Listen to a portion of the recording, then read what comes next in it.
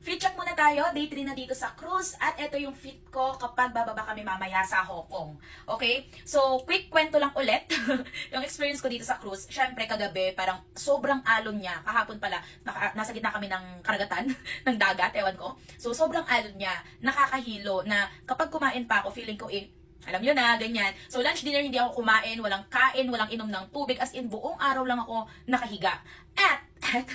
At nag-dry talaga. Dry na dry yung mouth ko. Syempre, dehydrated ako eh. So, eto everyone, hindi ko alam kung nakikita nyo pa rin yung singaw, pero may singaw ako dyan kahapon kasi nga nanunuyo talaga yung gums ko as in.